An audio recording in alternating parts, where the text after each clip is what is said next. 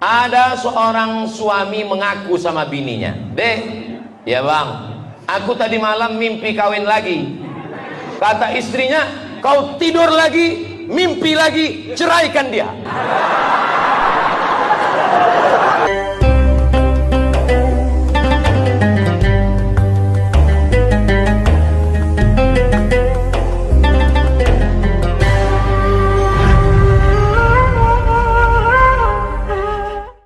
Ibu-ibu nih sholat Jumat tadi?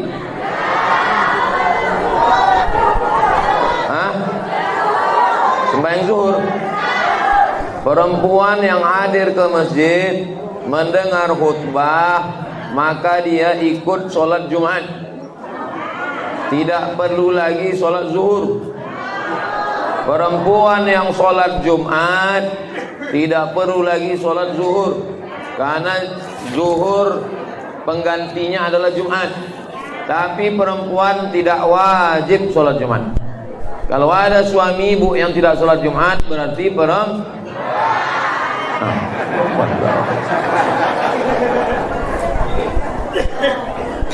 Di tengah kesibukannya hadir bersama kita Bapak anggota DPR RI, namanya Bapak Abdul Wahid. Kenal Bapak Ibu semua? Ini orangnya. Nih Pak Wahid. Kalau Tuhan pergi menjahit kain bergambar jamur, ini Bapak Abdul Wahid, dia ini calon gubernur. Sudah nampak balehonya dengan Ustaz Somad. Kalau Tuhan pergi sholat Jumat, jangan lupa bawa kain. Kalau sudah ada kawan Ustaz Somad, jangan lagi yang lain. Jelas? Enggak. Berikut saya jawab beberapa pertanyaan. 1. Saya mau tanya tentang fikih sholat. Apakah boleh waktu sholat zuhur dan asar baca iftitahnya Allahumma ba'id baini wa baina khataayaya kama ba'adta bainal masyriqi wal maghrib? Sholat maghrib dan sholat isya, sholat subuh, iftitahnya Allahu Akbar kabira walhamdulillahi katsira subhanallahi bukratan wa asila. Ini berarti waktu SD-nya NU, SMP-nya Muhammadiyah. Karena NU pakai Allahu Akbar kabira, Perti Allahu Akbar kabira, Al-Wasliyah Allahu Akbar kabira, Muhammadiyah pakai Allahumma ba'id. Allahu Akbar kabira dan Allahumma ba'id hadisnya sama-sama sahih. Dan ada 7 lagi doa iftitah. Ketujuh-tujuhnya boleh dibaca subuh, zuhur, asar, maghrib, qabliyah, ba'diyah, Jumat, tahajud, witir. Jadi tidak ada aturan iftitahnya mesti ini, mesti ini. Di mana bisa kami dapat doa iftitah yang banyak ini? Sudah ditulis dalam buku 99 tanya jawab sholat. Siapa yang menulis bukunya? Abdul Somad. Cari. Demikian juga waktu sujud. Waktu sujud saya baca subhanakallahumma rabbana wa bihamdika Allahumma firli waktu malam. Lalu kemudian subhana rabbiyal a'la wa bihamdihi waktu siang. Maka doa bacaan sujud, doa bacaan ruku, doa bacaan iftitah, doa tasyahud, banyak versi, semuanya boleh diamalkan tanpa ada bacaan tertentu pada waktu tertentu.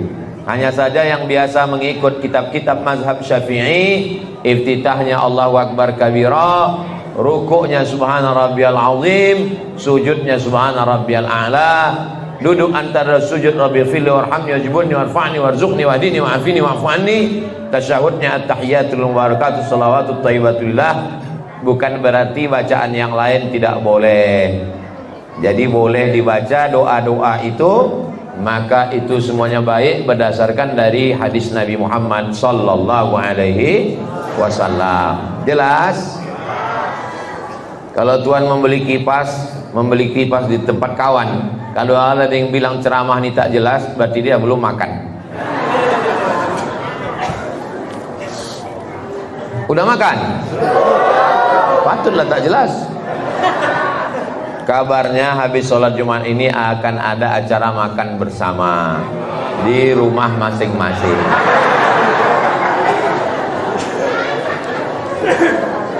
Saya membawa teman ke showroom untuk beli mobil. Saya tahu kawan saya ini beli secara kredit dengan bank konvensional. Setelah ACC pembelian, pihak bank memberi saya 4 juta. Apa hukum duit itu Pak Ustadz? Haram. Kenapa haram? Karena berkontribusi dalam transaksi riba. Mana dalilnya? La'anallahu akilar riba. Allah melaknat orang yang makan riba. Wa katibahu, yang menulisnya, pegawai-pegawai yang menulis. Wa syahidaihi, wa mukilahu, orang yang diwakilkan, orang yang dikasih makan duit riba, anak bini yang makan riba. Wa syahidaihi, 2 orang yang jadi saksi. Waktu itu transaksi ada saksi, saksi pun kena. Kulluhum sawa, semuanya sama. Tidak ada alasan orang Riau masih lagi pakai riba, karena Bank Riau Kepri sudah berubah menjadi bank syariah. 3 bank syariah, bank daerah yang jadi bank syariah total. Pertama Bank NTB, kedua Bank Aceh, ketiga Bank Riau Kepri. Tak ada alasan. Kalau tinggal di Amerika, di Australia, kenapa kau pakai konvensional? Tak ada bank syariah. Tapi di Riau tak ada alasan. Beralihlah ke bank syariah. Jadi yang udah temakan duit 4 juta ini, ambil duit 4 juta, serahkan ke lembaga yang dinikmati orang banyak, masolih ammah. Kalau bapak ibu punya tabungan di bank 1 miliar, dapat bunganya. Bunganya tak boleh dibelikan ke makanan, tak boleh dibelikan ke minuman, tak boleh untuk ganti ban mobil, tak boleh untuk buat pagar, tak boleh untuk beli baju. Lalu kemana bunganya? Serahkan ke masolih ammah, kepentingan umum. Mana kepentingan umum? Masjid. Yang punya banyak duit riba datang kemari, serahkan ke Masjid Taufik wal Hidayah. Yayasan Tabung Wakaf Umat, habis jembatan Leton sampai Simpang Bingung belok kiri ada pesantren Nurul Azhar, Yayasan Tabung Wakaf Umat. Kasih. Waktu nyerahkan duit itu kasih aja ke Ustadz Al-Nom. Jangan bilang, Ustadz Al-Nom ini ada duit haram nih sedikit. Gak usah, kasih aja.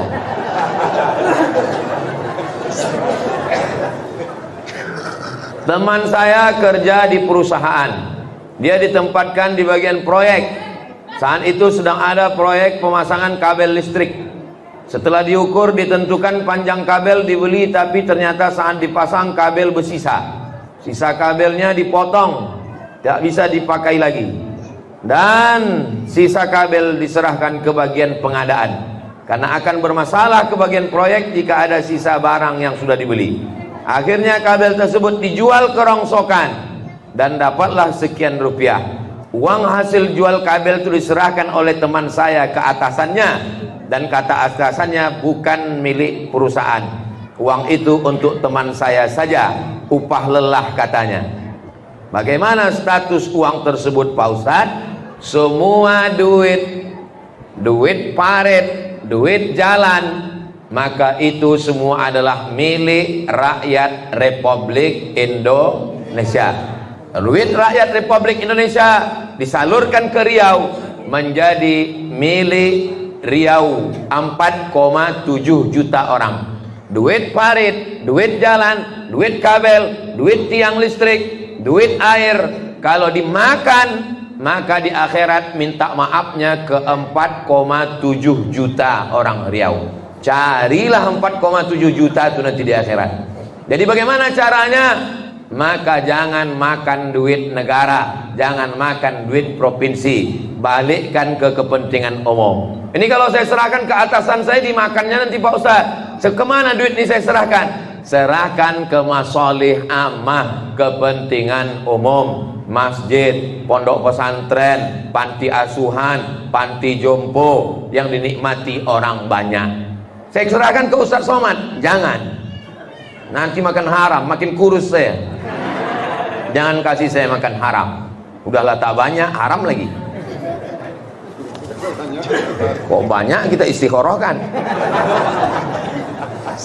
Kalau kita lagi di jalan ke masjid, datang terlambat, sampai di masjid ada orang sholat, kita tepuk bahunya, kita pun jadi makmum, dia jadi imam, kita ikut dia sholat.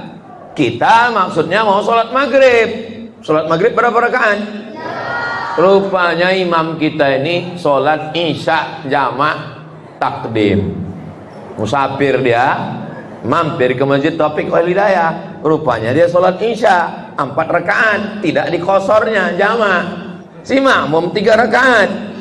Waktu rakaat 1 ikut, rakaat 2 ikut, rakaat 3 si makmum selesai, hanya 3 rakaat. Si imam 4 rakaat. Kalau diikutnya berarti maghribnya berubah jadi 4 rakaat. Mana ada maghrib 4 rakaat? Nah, semana pilihannya? Hebat penanya nih, dikasihnya pula saya 4 jawaban, A, B, C, D. Rasa-rasa ujian ikut tes CPNS saya sekarang. A, apakah tetap mengikuti sholat imam 4 rakaat dan tak perlu mengulang? Tidak, karena tidak ada sholat maghrib 4 rakaat. B, setelah sholat jamaah kita ulangi lagi sholat maghrib, ikut aja sholat sama dia. Habis itu nanti selesai sama dia sholat, kita sholat lagi maghrib. Sholat yang tadi jadi sholat isya, sholat maghribnya sholat i'adah. Sholat yang tadi dianggap tidak sah karena 4 rakaat, yang ulang lagi adalah namanya sholat i'adah. Sholat itu 3. Pertama sholat adah, usolli fardhu subhi raka'ataini adahan. Yang kedua sholat qadha, usolli fardhu maghribi salasa raka'atin qadhaan. Yang ketiga sholat i'adah, sholat yang diulang karena tak cukup syarat. Misalnya selesai sholat gatal siku, rupanya ada kulit ikan mas, tak kena karena bekas wudhu. Waktu wudhu tadi ada kulit ikan, atau tumitnya kena cat, maka sholatnya mesti diulang karena wudhunya tidak sah. Karena wudhu tidak sah maka sholat tidak sah, maka sholatnya mesti diulang. Maka ini juga, mana ada maghrib 4 rakaat, maka dia ulang lagi maghribnya. Bisa, mau dipakai model begini, dia ikut sampai selesai, habis itu dia sholat lagi maghrib, maghribnya i'adah. C, batalkan sholatnya di tengah jalan dan sholat sendiri. Bisa, namanya mufaraqah.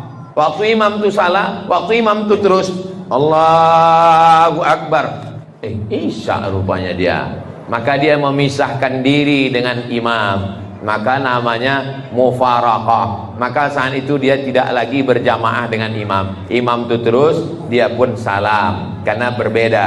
Bisa. D, ketika imam naik ke rakaat keempat, makmumnya tahiyat akhir dan tidak ikut imam, imamnya naik ke atas, Allahu Akbar rakaat keempat, si makmum tasyahud dan dia pun salam. Bisa juga. Jadi yang tidak bisa yang pertama itu saja, terus ngikuti dan tak perlu mengulang, tak bisa, karena tidak ada sholat maghrib 4 rakaat.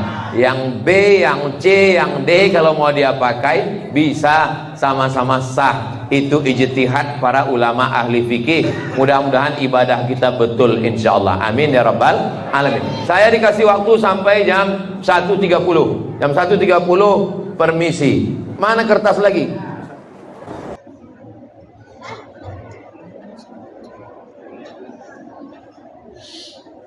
Apakah termasuk ghibah jika kita membicarakan aib seorang pemimpin dengan maksud menghentikan kemungkaran yang dilakukannya? Fir'aun adalah penguasa yang zalim. Lalu kemudian datang jamaah, Ustaz jangan menghibah Fir'aun Ustaz, nanti amal Ustaz pindah ke Fir'aun. Qarun, orang kaya yang bakhil, Ustaz jangan cerita Qarun Pak Ustaz, Qarun itu nanti amal Ustaz pindah karena Ustaz menghibah Qarun. 3 boleh, 3 tidak termasuk ghibah. Yang pertama, menjadi saksi di pengadilan. Saya hakim bertanya ke saksi, hai saksi, betul kamu tengok dia berzina? Saya takut jawab Pak Hakim, nanti ribah. Datang hakim itu diambilnya martil, pukul kayaknya ke kepala. Oh bodoh. Saksi di pengadilan, boleh. Yang kedua, bertanya hukum ke Ustaz. Assalamualaikum Ustaz. Waalaikumsalam. Aku mau bertanya tentang ulah lakiku Pak Ustaz. Apa ulah laki ibu? Itulah Pak Ustaz, aku tak bisa cerita karena ini takut ribah Pak Ustaz. Gimana aku mau jawab? Boleh kalau untuk bertanya. Yang ketiga, liihqaqil haq wa ibtalil batil, untuk menunjukkan yang hak itu adalah hak dan untuk menunjukkan yang batil itu adalah batil. Tapi kita tinggal di negara kesatuan Republik Indonesia, jangan fitnah, mesti ada bukti. Kalau tidak bisa dituntut penyebaran, pencemaran nama baik, penyebaran isu. Jangan sebar isu, jangan sebar hoax. Apalagi mau dekat-dekat pilkada, jangan termakan isu, tetaplah makan.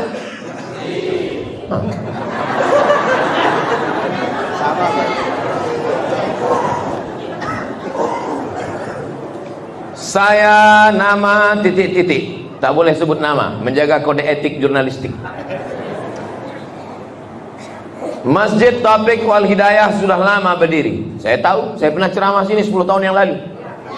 Setiap jamaah selalu mengadakan doa bersama, yasinan, maulid Nabi, DLL. Tapi sekarang ada sebagian mengatakan hal itu bid'ah, paham kuno, pengikut ajaran orang tua, agama keturunan. Apakah benar orang kita dulu mengikuti ajaran salah dan sesat? Tidak boleh beramal kalau tidak ada dalil. Oke, kita bahas satu-satu tentang masalah doa bersama. Mana dalilnya doa bersama? Ad-da'i wal mu'ammin fi ajri sawa. Orang yang berdoa dan yang mengaminkan pahalanya sama. Saya berdoa, Allahumma inna nas'aluka salamatan fid din. Siapa yang berdoa? Saya. Siapa yang mengaminkan? Yang berdoa dan yang mengaminkan pahalanya sama, kata Nabi. Sekarang saya tanya, mungkinkah berdoa bersama itu diharamkan padahal dapat pahala? Paham? Dua, Nabi naik ke atas mimbar. Mimbar Nabi itu 3 tangga. Cie, 2, 3. Waktu di tanggonan pertama, amin, kata Nabi. Tanggonan kedua, amin, kata Nabi. Tangga yang ketiga, amin, kata Nabi. Kata sahabat, tak ada angin, tak ada hujan, kenapa kau bilang amin, amin, amin? Karena tadi ada Jibril berdoa. Kata Jibril, dan liman adraka Ramadan falam yughfarlah. Celakolah orang yang jumpa Ramadan tapi dosanya tak diampuni. Amin, kata Nabi. Yang kedua, dan liman adraka walidahul kibara ahaduhuma aw kilahuma falam yudkhilahul jannah. Celakalah orang yang jumpa kedua orang tuanya sampai tua tapi tak berbakti, tak masuk surga. Amin, kata Nabi. Yang ketiga, celakalah orang yang disebut namamu tapi dia tak berselawat kepadamu. Amin, kata Nabi. Pertanyaannya, adakah yang berdoa dan yang mengaminkan dalam hadis ini? Siapa yang berdoa? Jibril. Siapa yang mengaminkan? Jelas? Enak kalau ceramah di tempat orang cerdas. Jamaah-jamaah Taufik Wal Hidayah ini cerdas-cerdas semua. Tentang berdoa bersama ada dalilnya. Mana dalil lain? Qad ujibat da'watukuma, doa kalian berdua sudah dikabulkan. Yang berdoa Nabi Musa, yang mengaminkan Nabi Harun. Tapi dalam ayat itu dikatakan doa kalian berdua dikabulkan. Siapa yang berdoa? Nabi Musa. Siapa yang mengaminkan? Nabi Harun. Doanya dikabulkan Allah. Doa berdua lebih makbul daripada sendiri karena berjamaah. Jadi tentang doa bersama ada dalilnya? Saya hanya nunjukkan dalil aja. Masalah mau tak mau, tak bisa kita paksa. Saya cuma nunjukkan calon gubernur aja. Masalah mau tak mau, tak bisa kita paksa. Jangan fokus ini dulu. Tentang masalah yasinan, membaca yasin bersama-sama. Yasin wal Qur'anil Hakim innaka laminal mursalin. La aqulu alif lam mim harf. Alif lam mim tidak dihitung satu huruf. Alif satu huruf, lam satu huruf, mim satu huruf, setiap huruf dibalas 10 kebaikan. Yasin wal Qur'anil Hakim. Dapat pahala atau dapat pahala? Dapat. Berapa huruf? Wakeh tenan. Ada orang Jawa sini? Pripun kabare? HP? Banyak juga orang Jawa. Banyak pahalanya baca Yasin. Iqra'ul Qur'an, bacalah Al-Qur'an, fa innahu ya'ti yaumal qiyamah. Quran akan datang pada hari kiamat nanti. Yasin itu Quran atau tidak Quran? Kalau gitu boleh dibaca? Wajib. Boleh, wajib. Iqra'ul Qur'an, bacalah Quran. Likulli syai'in qalbun, segala sesuatu punya hati. Wa qalbul Qur'an Yasin, hatinya Al-Qur'an adalah Yasin. Makanya sebelum ngapal Quran, hafal dulu ya Yasin, karena Yasin itu hatinya Al-Quran.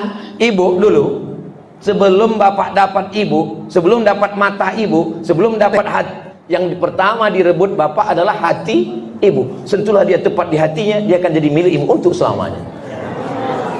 Jawabannya so sweet. Bagaimana hukumnya membaca Yasin bersama-sama, beramai-ramai?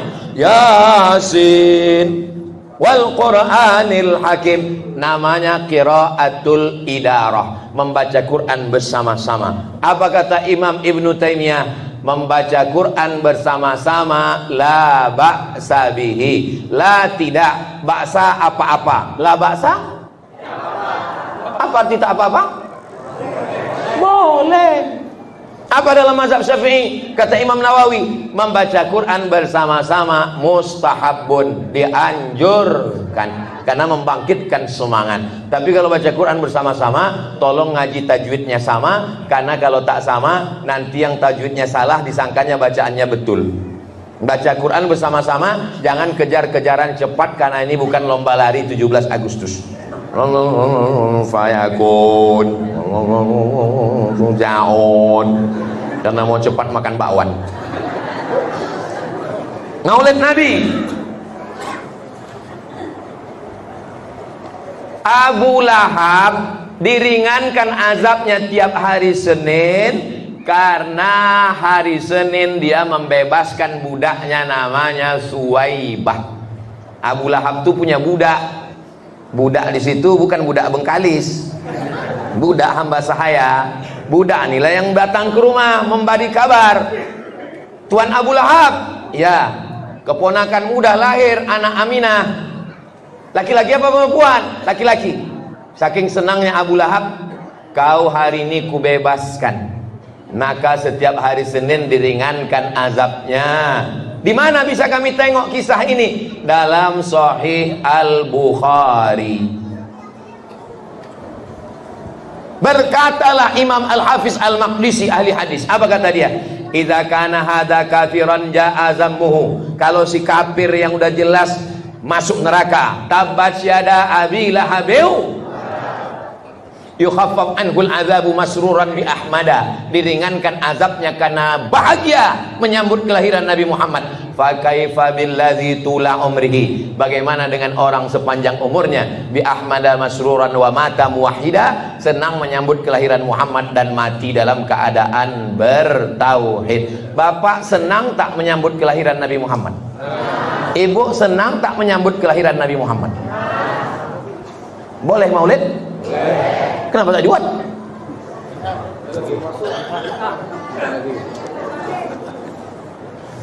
Bid'ah itu kalau tidak ada dalil sama sekali, dari jauh dari dekat baru bid'ah.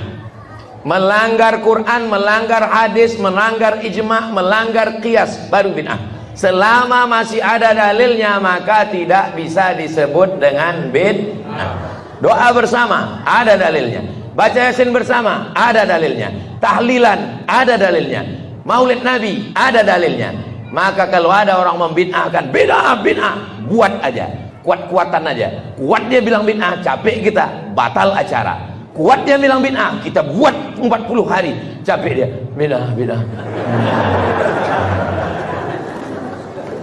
Ustadz buat bid'ah, kami buat maulid Nabi di pondok, bagi nasi kotak 1.500. 500 dari Ustaz Al-Nof, 1000 dari saya. Pukul gendang, tolak, capek. Beda. Mati, berdatangan beribuan orang. Nanti tahun depan kita buat maulid di Jalan Sudirman, dari mulai tepi Sungai Siak sampai ke airport. Nanti kita buat di syuting pakai helikopter dari atas, biar supaya yang membid'ahkan maulid langsung pingsan, naik darah tinggi, mati dia langsung. Setuju? Banyak yang setuju nih. 5 menit lagi. Setiap suami saya hari ulang tahun ada merasa takut dalam diri saya, berarti kami tidak lama lagi akan selalu bersama. Kenapa nunggu ulang tahun? Rupanya malaikat maut itu datang nunggu ulang tahun. Jaga 4 sehat 5 sempurna, habis jogging mati. Jaga 4 sehat 5 sempurna, habis makan sambal belacan mati. Kenapa pula takut nunggu ulang tahun? Saya tak pernah berpikir ulang tahun. Setiap malam saya tidur, Bismika Allahumma ahya wa amut. Mati aku malam, masih hidup, berarti Allah izinkan aku beramal. Apa pula nunggu ulang tahun? Kelamaan, besti.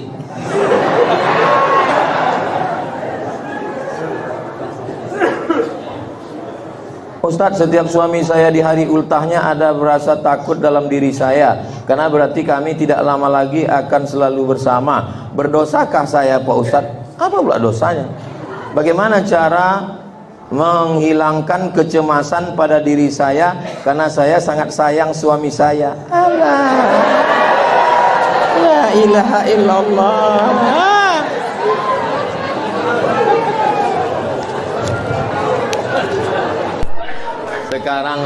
Sekarang coba balik. Itu tadi ibu kan bilang kalau laki mati dulu. Kalau ibu mati dulu. Sekarang ku tanyalah bapak, cemana kalau ibu itu mati dulu, Pak? Sekarang ku tanya, kalau mati bapak ini ibu mau ikut?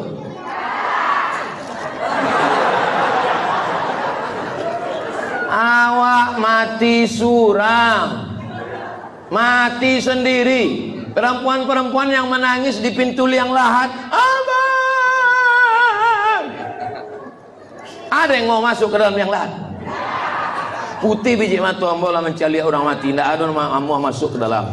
Tidak ada orang mau masuk ke dalam, sandiwaranya aja itu. Abang, pasti tanya, kenapa nangis sih? Ketek mana warisannya? Cinta ibu kepada bapak mantap, tapi ingat, ada yang lebih cinta kepada bapak, Allah Subhanahu wa ta'ala. Ibu yang sangat menyayangi bapak, bagus, berarti ibu adalah bidadari surga yang dikirim Allah Subhanahu wa ta'ala. Ini yang di hadapan saya ini semuanya bidadari surga. Bapak nanti pulang bilang sama istri, you are my angel, kau adalah bidadari surga. Tapi aku gemuk bang, katanya. Kau memang bidadari surga, tapi diturunkan di dekat restoran.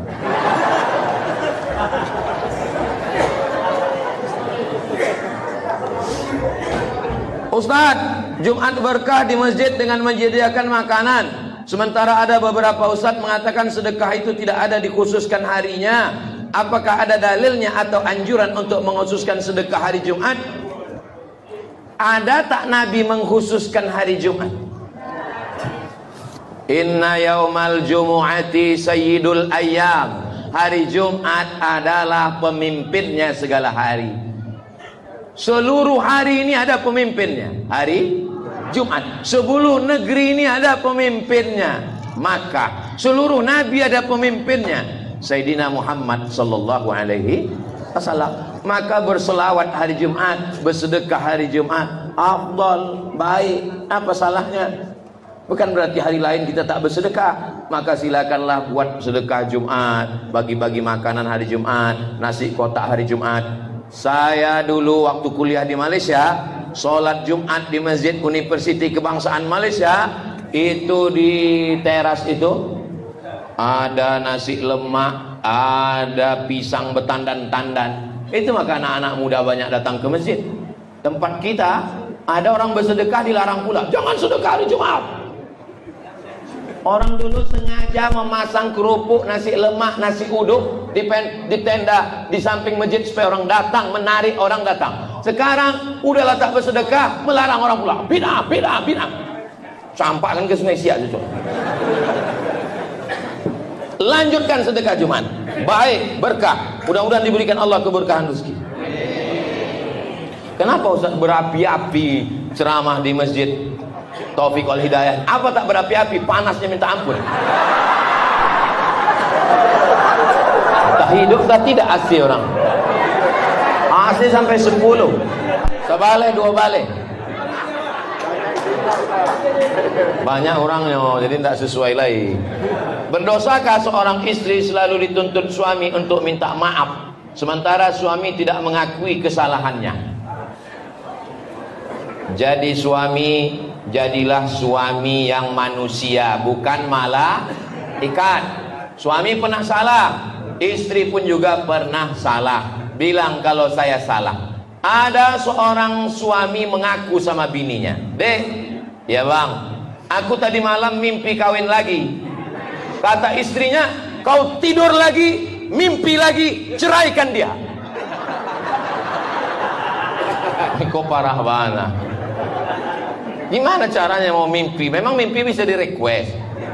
Jadi laki-laki juga jangan melampau, perempuan juga jangan melampau, karena kita sama-sama manusia. Ustaz, kalau Ustaz salah pernah Ustaz minta maaf? Saya minta maaf. Kita sebagai laki-laki jangan minta maaf. Ya saya tidak maaf pakai lisan. Kalau saya minta maaf, hilanglah harga diri saya. Maafkan aku Adinda. Wih. Saya kalau minta maaf pakai WA. Maafkan abang ya. Itu. Jadi nggak jatuh kali harga diri kita. Saya manusia, bisa juga saya salah. Kadang lupa ke saya jadwal. Bukan berarti laki-laki itu benar. Kalau suami ibu benar terus tak pernah salah, berarti suami ibu malaikat. Kalau istri bapak benar terus tak pernah salah, berarti selama ini bapak nikah sama malaikat. Kalau istri bapak salah terus tak pernah benar, berarti dia setan.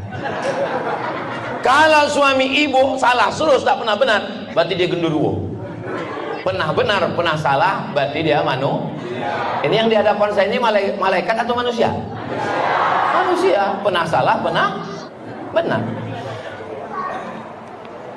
Tapi laki saya ini Pak Ustadz lebih sering salah daripada benar, setengah setan. Bagaimana cara menagih hutang ke mantan? Mohon penjelasannya Pak Ustadz bagi orang yang tak mau bayar hutang.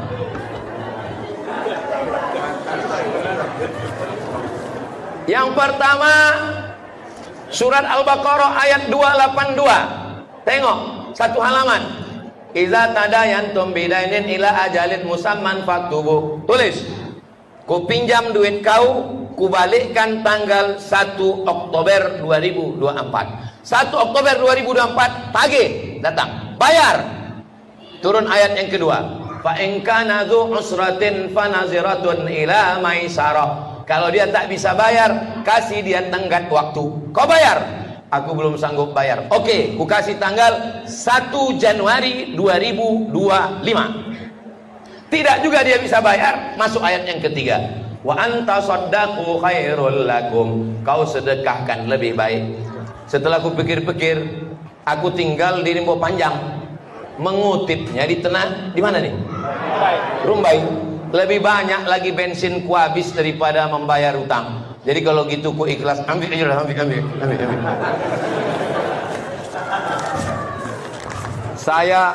Saya berfoto di rumah orang di Bogor. Di depan pintu garasi rumahnya tertulis, jangan memberi pinjaman. Memberi pinjaman menambah musuh. Memberi pinjaman menambah musuh. Menagihnya sakit jantung, meminjamnya manis, bukan main mukanya. Nengok mukanya aja kena diabetes kita. Tapi giliran membalikkan, ya Allah, ya Rasulullah. Kertas terakhir. Ustaz, mau ya berfoto dengan keluarga besar MTS Taufik wal Hidayah? Permintaan siswa. Berbaris MTS, mana MTS? Baris kalian situ, baris. Baris, kosongkan di tengah, cukup untuk 2 orang saya dengan Pak Wahid. Baris, baris, tak ada pasukan situ. Siap, gerak, baris. Sana. Susunkan panitia. Nanti pas lalu pulang kami singgah foto. Nanti kami masuk sama Pak Wahid. Simpan Ustaz, jangan sampai bocor. Nanti takut tulisan suami ditengok istrinya. Ala hadhihi niyyah al-Fatihah. A'udzubillahi minasyaitonir rajim. Bismillahirrahmanirrahim. Alhamdulillah rabbil alamin arrahmanir rahim maliki yaumiddin. Iyyaka na'budu wa iyyaka nasta'in. Ihdinas siratal mustaqim, siratal ladzina an'amta 'alaihim ghairil maghdubi 'alaihim waladdallin. Amin. Allahumma inna nas'aluka salamatan fid din wa 'afiyatan fil jasad wa ziyadatan fil ilmi wa barakatan fil rizqi wa taubatan qabla al maut wa rahmatan 'indal maut wa maghfiratan ba'dal maut. Allahumma hawwin 'alaina fi sakaratil maut wan najata minan nar wal 'afwa 'indal hisab. Rabbana atina fid dunya hasanah wa fil akhirati hasanah wa qina adzaban nar. Wa sallallahu ala sayidina Muhammad wa ala alihi washabihi wasallam walhamdulillahi rabbil alamin. Taqabbalallahu minkum